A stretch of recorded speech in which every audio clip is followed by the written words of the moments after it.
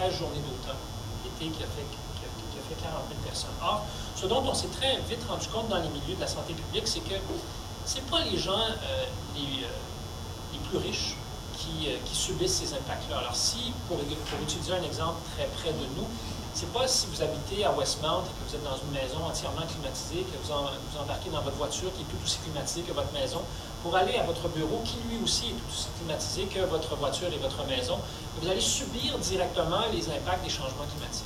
C'est bien évidemment les gens les plus pauvres dans nos communautés qui ont accès à des logements qui sont mal ventilés, qui sont mal protégés de la chaleur et qui n'ont pas nécessairement les moyens pour se payer des systèmes de climatisation qui vont subir le plus les impacts des changements climatiques. Et les gens, par exemple, à Montréal, mais dans d'autres directions de la santé publique, partout au Canada, en Amérique, en Europe, et dans plusieurs pays en voie de développement, commencent à s'intéresser beaucoup à ces questions-là.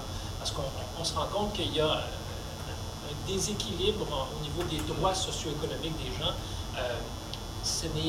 Ce n'est souvent pas les personnes les plus pauvres, encore une fois, qui contribuent le plus, mais ce sont ces personnes-là qui vont en subir beaucoup les impacts. Je vous parlais tout à l'heure du prix Nobel de la paix d'Al Gore en 2007.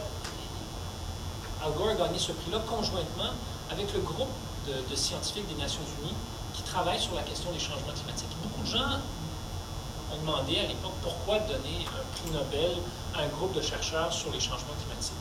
Peut-être parce qu'on commence aussi à prendre toute la mesure du fait que certains conflits dans le monde sont le résultat ou ont comme constituante l'impact des changements climatiques. Je vous donne un exemple, il y en a plusieurs. Le Darfour.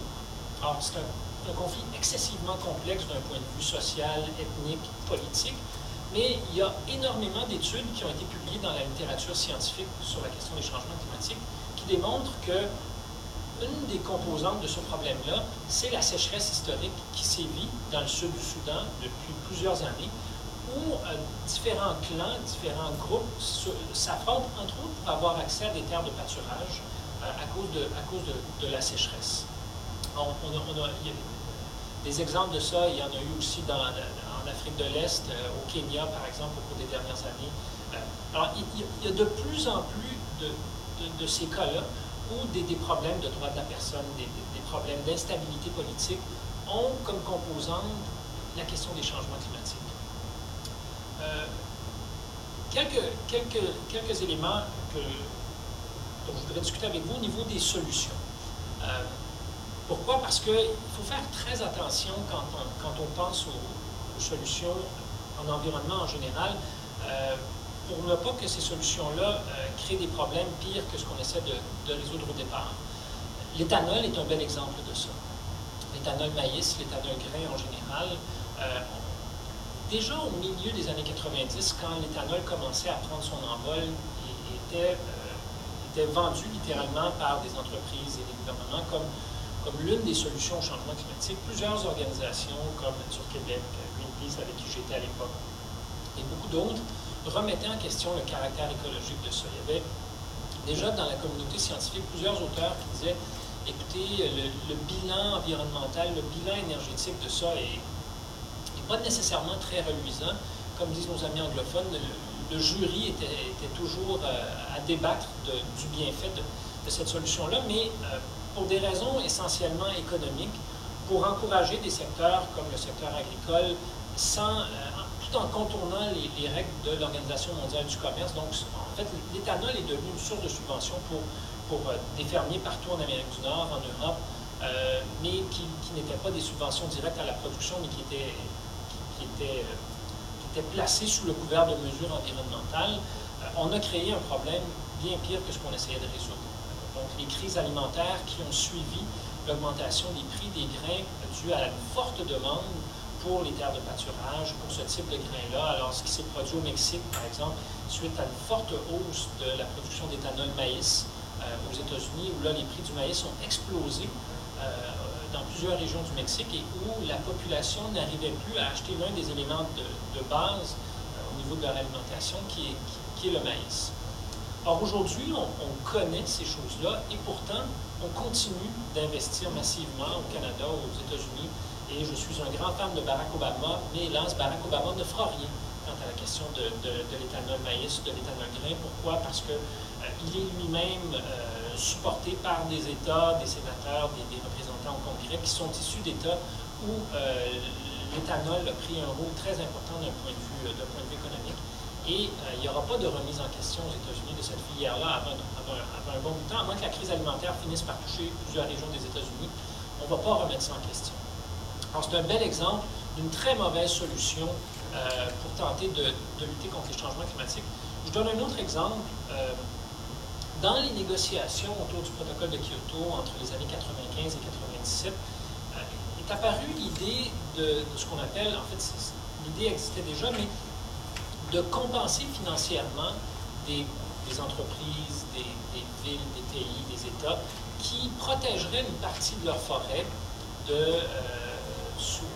qui reboiseraient ou qui protégeraient de la déforestation.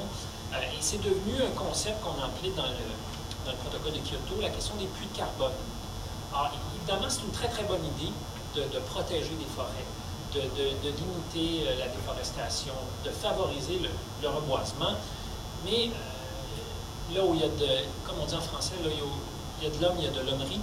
Alors, qu'est-ce qui s'est passé? Suite aux négociations, il y a plusieurs groupes, soit des entreprises, des pays, qui ont trouvé toutes sortes d'échappatoires dans les règles autour de ces questions-là, où là, on pouvait couper à blanc une forêt ancestrale. Il y a eu plusieurs exemples en Tanzanie, par exemple, en Amérique du Sud, en Amérique centrale, où on coupait des forêts, on déplaçait des populations locales pour faire place à des croissances d'arbres, faire place à des plantations d'arbres à croissance rapide, comme l'eucalyptus.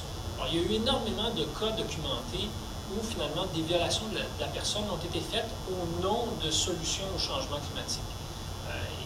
Évidemment, il va falloir être extrêmement vigilant à l'avenir parce que dans ce problème-là, ne va faire, pour des prochaines décennies, hélas, ne va prendre que de l'ampleur. Ce n'est pas demain la veille où on va trouver la solution magique.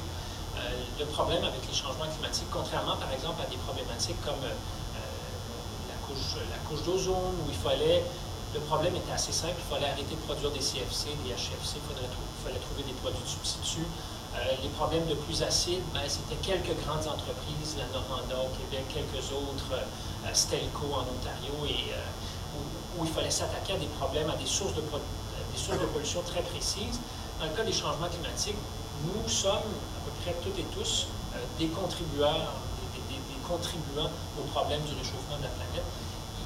Il n'existe pas une seule solution, mais il en existe une panoplie, ce qui fait que c'est très complexe. Et c'est l'ensemble de notre économie de marché qu'on va devoir réformer au cours des prochaines années. Je m'arrête en vous disant que, vous voyez, j'aurais pu parler de d'autres enjeux, mais je pense que la question des changements climatiques illustre bien à quel point ces problématiques-là vont représenter pour les organisations comme les vôtres des défis très importants au niveau des droits de la personne, des droits fondamentaux, des droits socio-économiques, mais comment aussi il va falloir être très vigilant quant aux solutions qui seront mises de l'avant pour tenter de lutter contre ce problème-là. Merci beaucoup.